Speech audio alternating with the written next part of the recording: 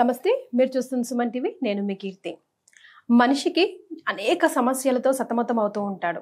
ఎందుకు అలా జరుగుతుంది అంటే, ఏ పని చేసినా ముందడుగు పడదు. ఒక అడుగు ముందుకు వేస్తుంటే 10 అడుగులు వెనక్కి లాగుతుంది అన్న చందాగా ఉంటుంది. ఇహ కష్టాల గురించి చెప్పనే చెప్పక్కర్లేదు.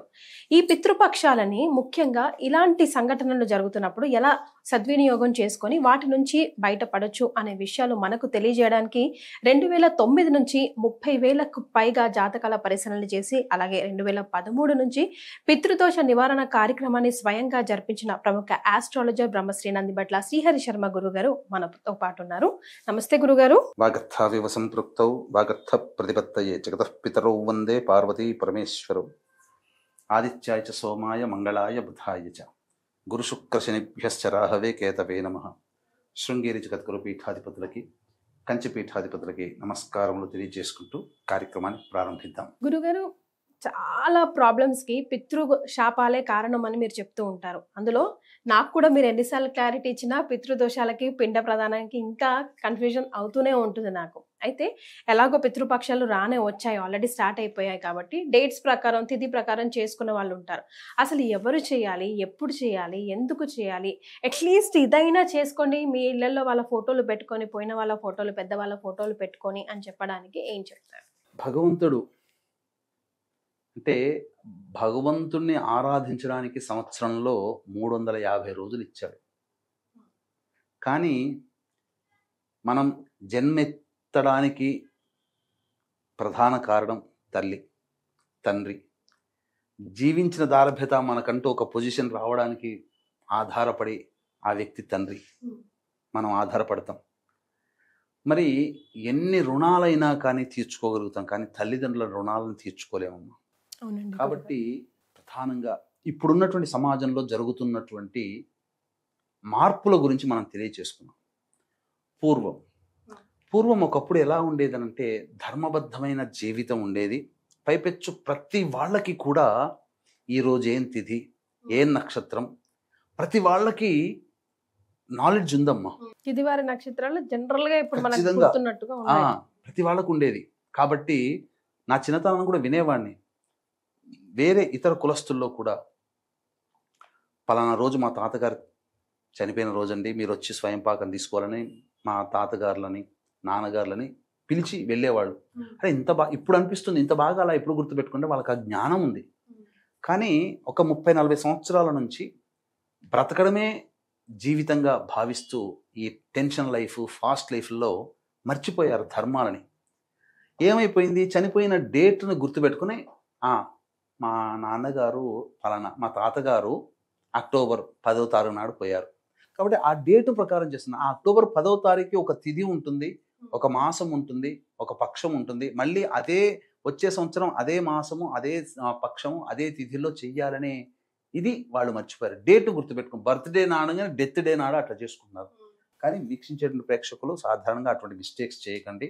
మీ కుటుంబంలో ఎవరైనా మరణించిన అన్నదమ్ములైనా, తోడబుట్టిన వాళ్ళైనా, బావగారులైనా, తోటికోడళ్ళైనా, తల్లిదండ్రులైనా, తాత ముత్తాతలు, ఇలా అందరూ కూడా మీ కుటుంబ సభ్యులు రక్త సంబంధంతో ఉన్నవాళ్లే. వాళ్ళు చనిపోయిన తిథి రోజున పిండ ప్రదానం అనేటువంటిది చెయ్యాలి. ఇది పిండ ప్రదానం ఇప్పుడు చేయట్లేరు చాలామంది గురుగారు. కానీ ఇటువంటి పితృపక్షాలు అనేటువంటివి సాధారణంగా పిండ ప్రదానం చేయడానికి అనువైనటువంటి కాలం. ఇది ఎక్కడి నుంచి వచ్చింది? కర్ణుడి ద్వారా మనకు వచ్చింది. కర్ణుడు మరణించిన తర్వాత అన్ని పైకి వెళ్ళినప్పుడు స్వర్గంలో అన్ని కనబడుతున్నాయి, కానీ భోజనం చేయడానికి అన్న పదార్థాలు కనబడకపోతే ఇంద్రుడిని అడుగుతాడంటే, నువ్వు బ్రతికుండగా ఏం దానం చేసావో అదే నీకు కనబడుతుందయ్యా, అన్నదానం చేయలేదు అని అంటారు.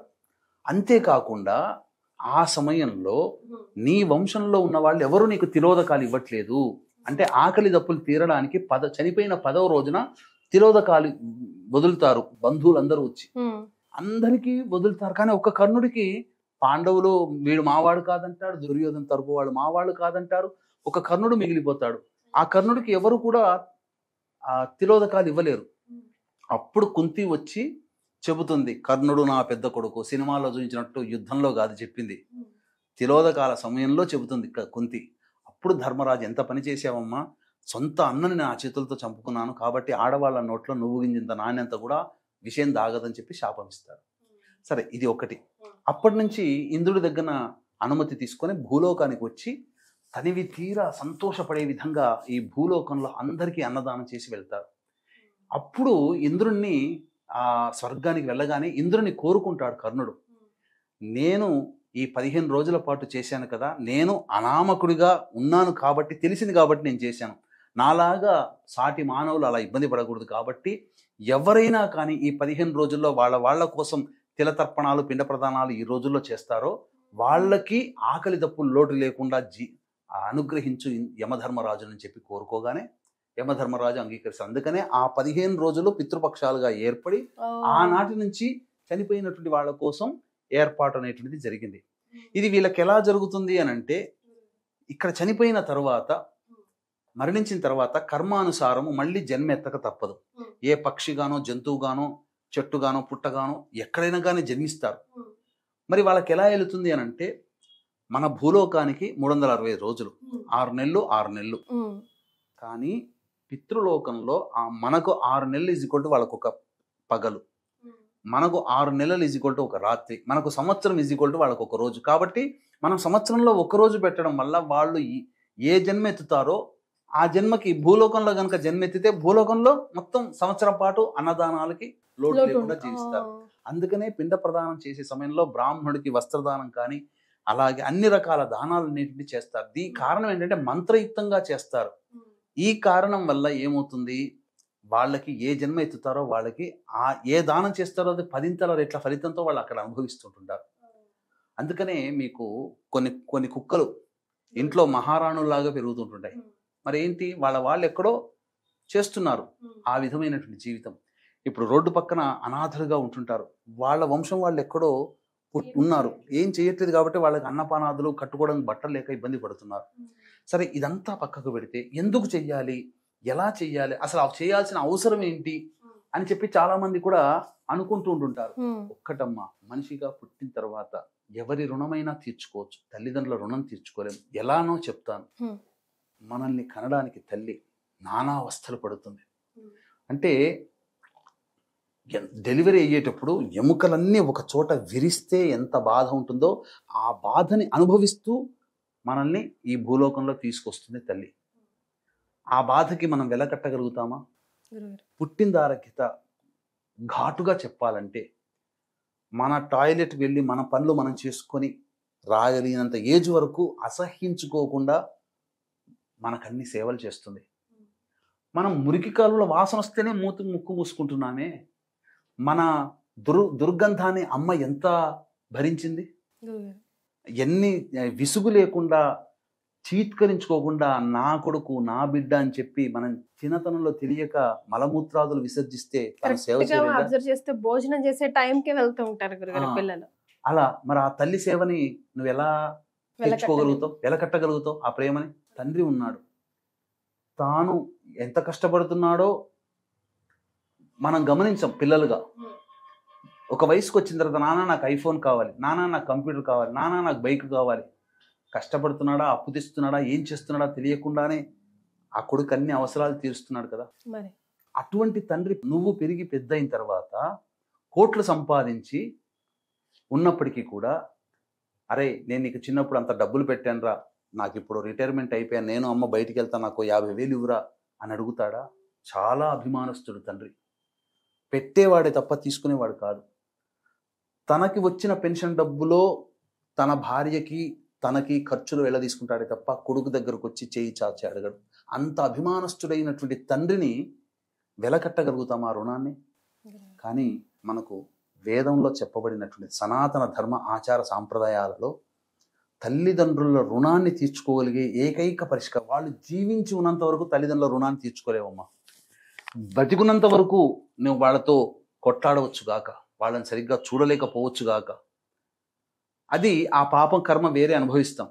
కానీ మరణించిన తర్వాత ఒక కొడుకుగా పుట్టినందుకు, ఒక ఆడబిడ్డగా పుట్టినందుకు ఆ రుణాన్ని తీర్చుకునే ఏకైక మార్గం వాళ్ళు చనిపోయిన తిథి రోజున, డేట్ కాదు, తిథి రోజున వాళ్ళ కోసమే పిండ ప్రదానం చేయడం. ఏం ఖర్చమ్మా? పిండ ప్రదానం పెద్ద ఖర్చే ఉంటుంది. నువ్వు వెళ్ళి నీ బర్త్డే పార్టీకి 10 మందికి నువ్వు పిలిచి సంతోషంగా చేసుకుని తిని వదిలేసినంత ఖర్చు కాదమ్మా. నీ కోసం, నీ జీవితం కోసం వాళ్ళిచ్చిన అందమైన రూపాన్ని పెంచుకొని వాళ్ళిచ్చిన పేరుతోనే వాళ్ళు పెట్టిన పేరుతోనే నేను పిలుస్తున్నారు, కానీ వేరే పేరు పెట్టట్లేదు కదా. వాళ్ళు ఇచ్చిన ఆరోగ్యమైన శరీరాన్ని వాళ్ళు ఈ ఐడెంటిటీ కలిగింది, నీకంటూ ఒక అందమైన రూపం వచ్చింది అని అంటే తల్లిదండ్రుల వల్లనే కదా. ఇంతగా నీవు తల్లిదండ్రులకి నువ్వు పెనవేసుకుంది నీ జీవితం అంతా. రుణం తీర్చుకునే ఏకైక మార్గం ఈ యొక్క పితృపక్ష. వాళ్ళు చనిపోయిన తిథి రోజున చేయాలి. అది చేయలేకపోయినా ఈ యొక్క సంబంధించినటువంటి పిండ ప్రదాన కార్యక్రమం చేయాలి. చాలా మంది చేయట్లేదమ్మా. మొక్కుబడిగా స్వయంపాక దానం అని చెప్పి బ్రాహ్మడికి ఇచ్చేటప్పుడు కూడా అనవసరంగా ఇస్తున్నామనే భావంతో చేస్తున్నారు. చాలా తప్పు. అటువంటిది ఏనుకుంటే ఇయ్యకుండా ఉండండి నాయన, వాళ్ళు అనుభవించే వాళ్ళు ఇస్తారు. కానీ ఇంకా క్షోభ పెడుతున్నట్టు, అంటే బాధపడుతూ ఏడుస్తూ అయ్యో ఖర్చు పెడుతున్నాం, అయ్యో ఈ రూపాయలు ఉంటే కనుక నాకు ఏదో కరెంటు బిల్లు పోయేది, ఏదో పాల బిల్లు పోయేది, ఈ రూపాయలు ఖర్చు పెడుతున్నాం. ఒక్కడి తెలియదమ్మా, పితృదేవతలు కనుక అనుగ్రహిస్తే పితృదేవతల కోసం పెట్టిన ఖర్చుకి 1000 రెట్ల పైన వాళ్ళు అందివ్వగలరు. నీకు ఎట్లాంటి ఇబ్బందులన్నా కాచుకొని కూర్చుంటారు. మహాలయ పక్షాలు, ఈ పితృపక్షాలలో అందరూ కూడా నా కొడుకు ఈరోజు పిండ ప్రదానం తర్పణాది కార్యక్రమాలు వదులుతాడు, ఆ పుణ్యాన్ని తీసుకొని నేను పోవాలి అని చెప్పి ప్రతిరోజు మధ్యాహ్నం వస్తారు. మీ 15 రోజుల్లో 8వ తారీఖు నుంచి మొదలుకొని 21వ తారీఖు వరకు, అమావాస్య వరకు ఈ సంవత్సరం అటువంటి పితృపక్షాలు వస్తాయి. కాబట్టి ప్రతిరోజు ఎదురు చూస్తుంటుంటారు. కానీ ఎంత చెప్పినా చాలామంది చేయట్లేదు. కనీసం 21వ తారీఖు అమావాస్య రోజునైనా కానీ చేయదగినటువంటిది. గురుగారు, మరి కొడుకు లేని వాళ్ళ పరిస్థితి ఏంటి? ఇటువంటి అంటే మరి దీనికి సంబంధించి చూసుకుంటేనమ్మా, ప్రధానంగా ఈ యొక్క పిండ ప్రదానం అనేటువంటిది మనం చేయాలి ప్రధానంగా. అందుకనే మన పీఠం ఆధ్వర్యంలో 21వ తారీఖు రోజున మరణించినటువంటి వాళ్ళ వైపు 3 తరాలు, ఇటు 3 తరాలు, అటు 3 తరాలు, భర్త లేదా తండ్రి వైపు 3 తరాలు, భార్య లేదా తల్లి వైపు 3 తరాల్లో మరణించినటువంటి వారికి ఆత్మతృప్తి కోసం 21 అమావాస్య, మహాలయ అమావాస్య, ఆ రోజున పితృకారకుడైనటువంటి రవి నక్షత్రం ఉండడం, ఆ రోజున పితృకారకుడైనటువంటి రవికి సంబంధించినటువంటి ఆదివారం అవ్వడం చాలా విశేషం. అటువంటి సందర్భం మళ్ళీ మళ్ళీ రాదు. కాబట్టి ఆ రోజున మన పీఠమాధ్వర్యంలో పిండ ప్రదాన కార్యక్రమాలు అనేటివి జరిపించడం జరుగుతుంది. తర్పణాది కార్యక్రమాలు అనేటివి జరిపించడం జరుగుతుంది. అవకాశం ఉంటే కార్యక్రమ తదనంతరం ఆ యొక్క పిండ ప్రదానాలు, తర్పణాది కార్యక్రమాల్లో మీ యొక్క గోత్రనామాలు నమోదు చేసుకోవచ్చు. లేకపోతే నా దగ్గరే చేయించుకోవాలని ఏమేమి లేదమ్మా. దగ్గరలో ఉన్నటువంటి మంచి పండితుని, ఏం భగవంతుడు శక్తినిచ్చాడు. ఈ రోజుల్లో ఎవరమ్మా బీదవాళ్ళు ఎవరున్నారు? మనం అనుకుంటే పెట్టుకోలేనంత బీదవాళ్ళు లేరు. కటిక దారిద్ర్యాన్ని అనుభవిస్తున్న వాళ్ళు కాదు కదా మనం మాట్లాడేది. అటువంటి వాళ్ళకు కూడా ఒక వెసులుబాటు ఉంది. కటిక దరిద్రం అనుభవిస్తున్న వాళ్ళకి కూడా భగవంతుడు ఏం చెప్పాడంటే, ఒక ఎవ్వరూ సంచారం లేనటువంటి ప్రదేశానికి వెళ్ళిపోయి దక్షిణం వైపుకి తిరిగి మధ్యాహ్నం వేళ 12 నుంచి 1 గంట మధ్యలో వెళ్ళిపోయి ఆకాశం వైపు చూస్తూ, చిన్నప్పటి నుంచి పుట్టినప్పటి నుంచి తల్లిదండ్రులు ఏ విధంగా పెంచారు, ఎంత అల్లారు ముద్దుగా చూసుకున్నారు అనేటువంటివన్నీ గుర్తు తెచ్చుకొని వెక్కి వెక్కి ఏడుస్తూ, నేను అశక్తుని, నాకు భగవంతుడు డబ్బు ఇవ్వలేకపోయాడు, నాకేం సహకారం లేదు, నన్ను క్షమించు పితృదేవతల్లారా అని చెప్పి తల్లిదండ్రులని మనసారా స్మరించుకొని బాధపడుతూ ఆ రోజు గనక ఉంటే పితృదేవతలు ఉపశమిస్తారు.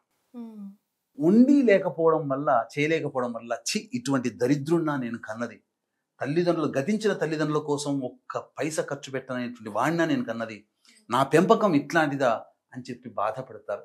అంత దౌర్భాగ్యం ఎందుకమ్మా? ఇప్పుడు తాగి తందనాలు ఆడడానికి డబ్బులు వస్తాయి, కానీ ఇటువంటి వాటికి డబ్బులు లేవు అని అంటే ఖచ్చితంగా దౌర్భాగ్యుడే వాడు. తల్లిదండ్రులని గురించి ఆలోచించకుండా, అలాగే కోడలిగా తన కర్తవ్యాన్ని నిర్వర్తించకుండా ఉన్న ఆడది ఆ జన్మ వ్యర్థం. అటువంటి వాళ్ళు వ్యర్థమని చెప్పవచ్చు.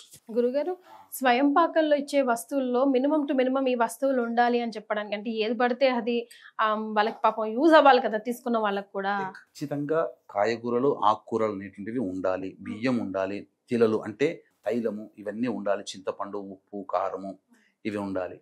ముఖ్యంగా ఏం చెప్పబడి ఉందంటే పనసకాయ, తర్వాత నల్లేరు కాడ, అలాగే కాకరకాయ, ఇవి 3 ఖచ్చితంగా దానం చేస్తే 300 రకాల ఆకుకూరలు దానం చేసిన పుణ్యఫలితం ఈ 3 వల్లనే వస్తుంది. కాబట్టి ఇవి దానం చేయాలి. ఇవ్వకూడని వస్తువులు ఏమైనా ఉన్నాయో గురుగారు తెలిసి అంటే, తెలియక? ఇవ్వకూడని వస్తువులను అంటే మనకు విశ్వామిత్రుని యొక్క సృష్టిలో ఉన్నటువంటిది ఎర్ర గోంగూర, అంటే ఆమ్ల గుణం కలిగినటువంటిది, టమాటాలు కూడా వద్దంటారు వాస్తవానికి, ఆలుగడ్డలు, ఉల్లిగడ్డలు, ఇవి ఇవ్వకూడని వస్తువులు. ఇవి తెలియవు గురుగారు, జనరల్ గా అన్ని ఇస్తూ ఉంటాం. ఇవ్వకూడదమ్మా. ఉల్లిగడ్డలు, కొంతమంది రాడిష్ అంటే ముల్లంగి, ఇవన్నీ ఇస్తుంటారు, అవి ఇవ్వకూడదమ్మా. గురుగారు, మరి ఇంట్లో పిండ ప్రదానం చేసేవాళ్ళు ఎలాంటి నియమాలు పాటించాలంటారు? పిండ ప్రదానమైన తర్పణాలైనా కానీ చేసుకునేటువంటి వాళ్ళు ముందు రోజు బ్రహ్మచర్య వ్రతాన్ని ఆచరించాలి. అంటే చతుర్దశి తిథి 20వ తారీఖు రోజున, 21వ తారీఖు అమావాస్య కాబట్టి, పైగా ఆదివారం అయింది కాబట్టి, ఆ రోజున సంబంధించినటువంటిది పూర్తిగా చాలా మంది ఏంటంటే మాకు నాన్ వెజ్ అనేది అనవాయితీగా ఉంది కాబట్టి నాన్ వెజ్ వండుతారు, అంటే వాళ్ళ ఇష్టాలు వండి పెట్టడానికి చూస్తారు. కానీ శాస్త్రంలో అది చెప్పబడలేదు, మధ్యలో వచ్చింది. వాళ్ళ పేరు చెప్పి వీళ్ళు తినడానికే తప్ప ఫోటో వచ్చి తింటుందా, వాళ్ళు వచ్చి తింటారా కాదక్కడ. వాళ్ళకి మంత్రపూర్వకంగా వాళ్ళకి అందివ్వడమే శాస్త్రం. చాలా మంది ఫోటో పెట్టుకుంటారు, చేయాలి, అగరబత్తి వెలిగించడం, దీపారాధన చేయడం, పూలమాల పెట్టడం చేయాలి. బ్రాహ్మణుని పిలిపించుకొని శక్తి ఉంటే పిండ ప్రదానం చేయండి, తర్పణాలు, తిల తర్పణాలు చేయండి. అవి లేకపోతే కనీసం తిల తర్పణాలైనా చేయండి. ఖచ్చితంగా బ్రాహ్మడికి స్వయం పాకం ఇవ్వాలి. ఏవి చేయలేని పక్షంలో కనీసము ఈ యొక్క స్వయం పాక దానమైనా కానీ బ్రాహ్మడికి చేయాలి. బ్రాహ్మడు ఇంట్లో వినియోగించుకునే వస్తువులు దక్షిణతో సహా, వీలుంటే వస్త్రం కూడా ఇస్తే చాలా మంచిది. ఇది చేయాలి. కానీ ముందు రోజు చతుర్దశి, తర్వాత చేసేటువంటి రోజున అమావాస్య రోజున, తరువాత రోజు కూడా మాంసాహారము భుజించకూడదు, ఇంట్లో వండకూడదు. చాలా మంది మాంసాహారాన్ని వండే అలవాటు ఉంటుంది. సాధారణంగా పితృదేవతలు అనేటువంటిది ఇది శ్లాఘించరు. ఇది మనం ఉన్నటువంటిది. ఏ తిథి అయితే ఆ తిథి ముందు 3 days ఎవరి తిథికి వాళ్ళు. అమావాస్య రోజున చాలా మంది చేసుకుంటారు. అయితే చేసేటువంటి కర్త ఎవరైతే పిండ ప్రదానం చేస్తున్నాడో ఆ వ్యక్తి, అనగా కొడుకైనా కానీ, ఆ వ్యక్తి ఆ రోజంతా కూడా ప్రశాంతంగా ఉండాలి.